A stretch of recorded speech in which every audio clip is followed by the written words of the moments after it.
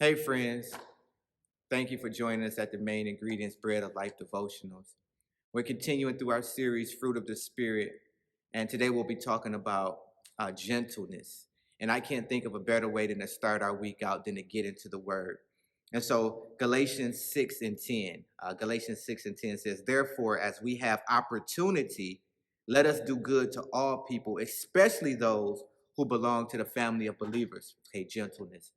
Do good to all people, especially those who belong to the family of believers. And so sometimes we can exclude people who are not a part of the family of believers, right? And so we're only gentle, or we're only kind, or we're only forgiving to those who fellowship with us, to those who go to church with us, to those who look like us, to those who think like us, to those who act like us.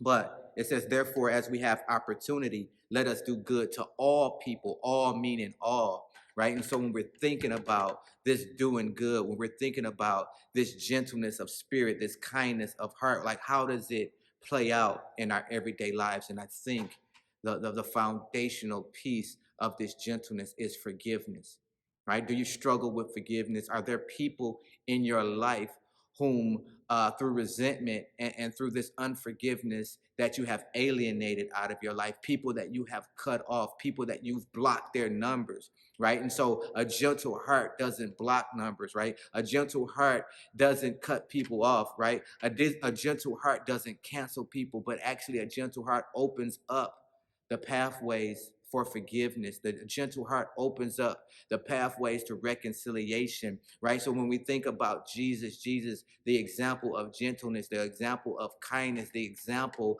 of forgiveness. Forgive them, Father, for they know not what they do. Now, how many of us could say that we would be on the cross, right?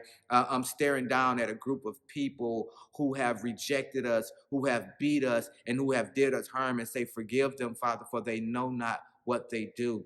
This is the heart that Jesus wants us to have. This is the heart that he wants to put in us. This is why we receive Holy Spirit, so that we could do the things that we otherwise wouldn't be able to do. And that is to be kind. That is to be gentle. That is to be forgiving, gentleness, all these fruit of the spirits. These are supernatural things that we can't do without the presence of Holy Spirit in our lives.